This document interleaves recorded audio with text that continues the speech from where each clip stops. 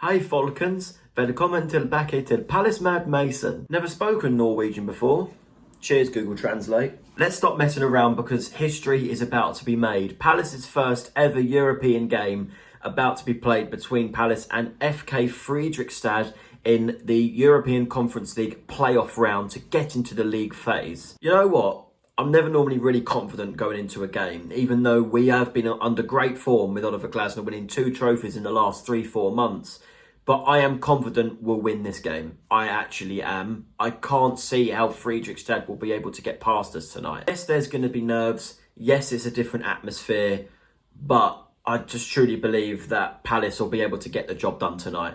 And if we truly need the second leg next week, then so be it. But Palace have 90 minutes today to ultimately get this job done and see us through to the league phase. And this is obviously the first vlog of the season. I think it's the second season in a row now on this channel where the first home vlog of the season has not been in the Premier League. Weird. The only bit of proper injury news that I am waiting to see and looking forward to see how this pans out is obviously Daichi Kamada was unable to play against Chelsea. Will Glasner try and ease him in this game, or will he save him for Nottingham Forest on Sunday? Personally, I'd rather he did the latter, but we will see. Oliver Glasner wants to play the strongest team available that he has to him, even though I personally believe we may not need that. If you look at Fredrikstad, I would equate them in English football to a lower championship team / high League One side. Reminds me when we played Stockport in the FA Cup last year. That was only a 1-0 to be fair, with not our strongest team, so maybe we do need it. Let's have a look and see if we do need it. I'm not going to lie, I had to do research on FK Fredrikstad. They are currently mid-table in the Norwegian top tier, 8th out of 16 teams, below the likes of Bodo Glimt, who topped that league, who made the Europa League semi-final last season, lost out to the winners in the end in Tottenham Hotspur. They're below the likes of Rosenborg, I believe, and Viking as well. The only team that I'm aware of that Fredrikstad are above are Mulder, who are 9th, just below them in the table as things stand. And I don't mean to offend anyone, I genuinely have no clue of any Fredrikstad player, and I barely heard of this team before we drew them in the draw, if you like. So yeah, I'm confident we'll get the job done tonight. Come on Palace, let's make history, let's get to Selhurst. I believe 3 changes to the team that drew against Chelsea, with Lerma replacing Richards at the back, Sosa getting his full competitive debut at left back, and Justin Deviney replacing the now sold Ebere Eze, who's not playing in this game today. The Fredrikstad fans that have come all the way from Norway to watch this match, I've got to say, credit.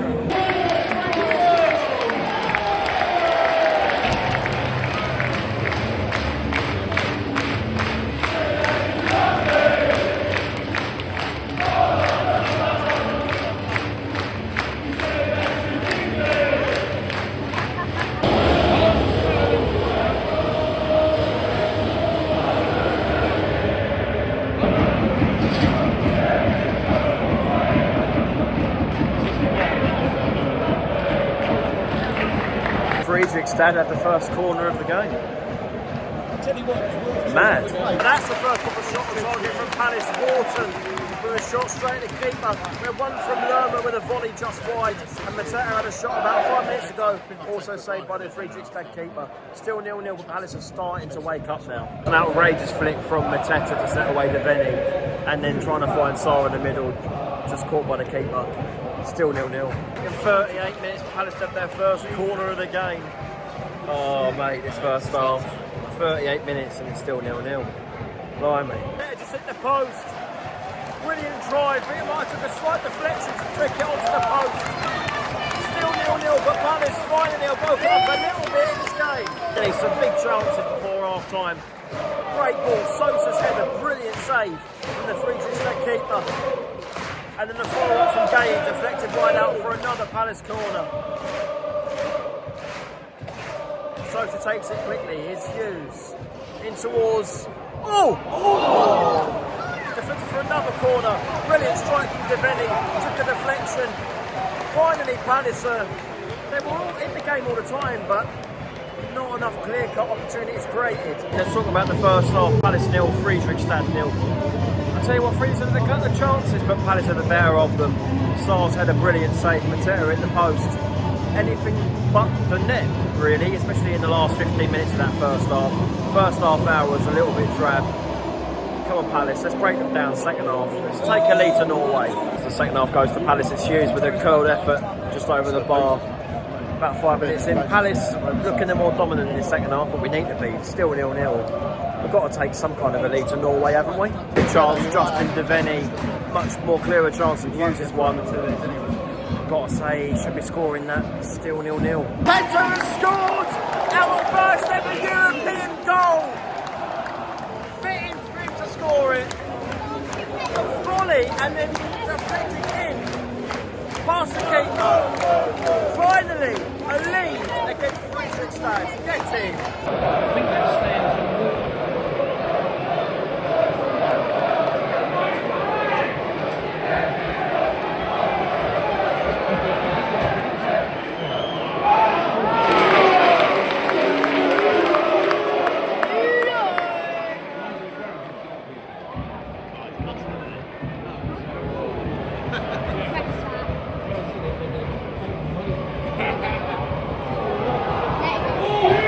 Great strength from MATETA on that right hand side, tries to play it across, no one there, goes to the back post as far as Sosa, chance for a debut goal, shoots right across the face. Still 1-0 Palace. I'd like a second to take to Norway though.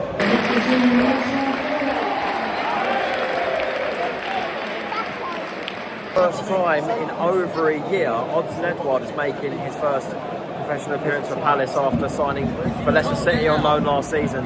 Didn't get much of a chance for them. I don't know if he's going to be at the club past the summer, but we'll see.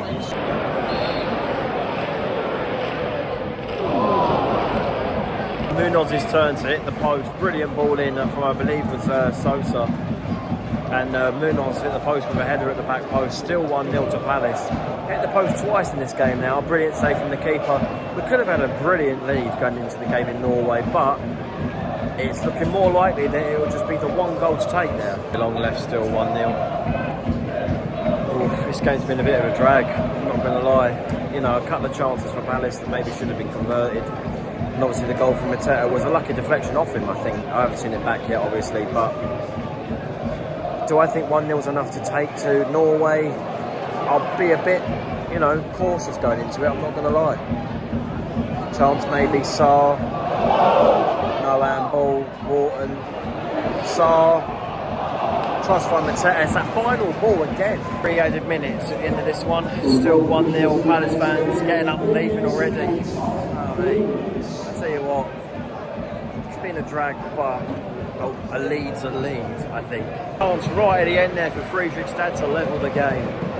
Great ball down the left-hand side and a shot across goal past Henderson's post. If that had gone in, I'd have gone to next Thursday very, very nervous indeed. Goal kick pump on by Henderson. Wins the header over MATETA. Referee has whistle in mouth. Game done, 1-0 Palace. Right guys, it's the day after the game yesterday.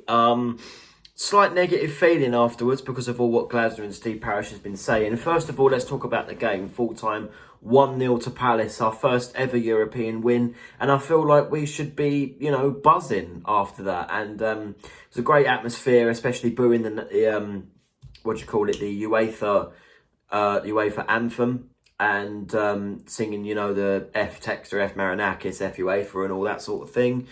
The game itself was a bit of a tough watch, but I feel like we should have won by more than one goal at the same time. Apparently we had like 25 shots in all, which was insane. I can't remember where all them came from. 2 opportunities where we hit the post, one from MATETA, one from Munoz. So I feel like we should have maybe gone into the second leg with more than a 1-goal lead. Am I worried about it? A little bit, to be fair, but I just feel like FREDRIKSTAD will try and hit us on the attack a little bit more in the second leg because they will have to beat us to get through. But I feel like we can hit them back, and I feel like that is where we will, you know, win and go through to the league phase, which obviously I hope. It'll be embarrassing if we've been moaning about getting demoted from the Europa League, but then we're not good enough to get into the Conference League. Like, that's just insane to me. But if I had to give a man of the match, I'd probably give it to... I feel like Solskjaer had a good game. I think Wharton had a good game. But I'll probably give it to... You know what? Let's give it to Jefferson Lerma. The way that he, stuck into defence. I think Richards was on the bench, and that's what I will get onto in a minute.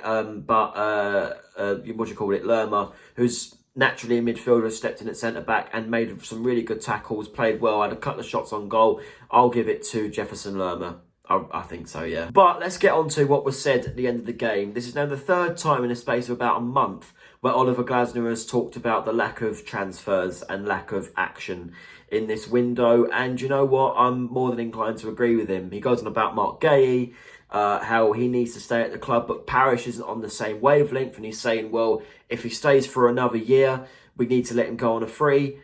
This is going to sound really cheesy, right? But I would rather sacrifice the £40 million that we're going to get for Mark Gahey if it means we win the Conference League and get in the Europa League. Honestly, it's worth that sacrifice. For me, I think so. Look at when we didn't let Mark Gahey go for 70-odd million last season. We won the FA Cup, the Community Shield. We could win a bit more if we keep him again. That's one thing I will say. And Glasner said that if you don't include the academy player that was on the bench and the two players on the bench that we're actively trying to get rid of, in I assume Jezren Raksaki and Odson Edouard, we had 14 outfield players. 14 outfield players. That is embarrassing. How can Parish expect Glasner to compete in all 4 competitions that we're in this season with that squad? I don't understand it. Normally, I might give a little bit of criticism to the manager if things aren't going his way, but what do you expect? What do you expect? I'm sorry, it's a turn into a podcast if I go mad. Go have a look at my TikTok, I'll go into it in a bit more depth. But yeah, I'm fuming about that. I really am. But let's go on to the game against Nottingham Forest on Sunday. Am I confident? Not particularly when you look at it, because they had a better start to the season than us. They've had a better transfer window than us. They've got more players available than us. Yeah, I can't see us getting much out of that game, but we'll see. If there is a rarity, I know, but if there is any transfer business between, well, today's now Friday, tomorrow I'll make a video. But if not, my next video will be the vlog on Sunday afternoon between Palace and Nottingham Forest. Like, share, subscribe, and I will see you guys next time.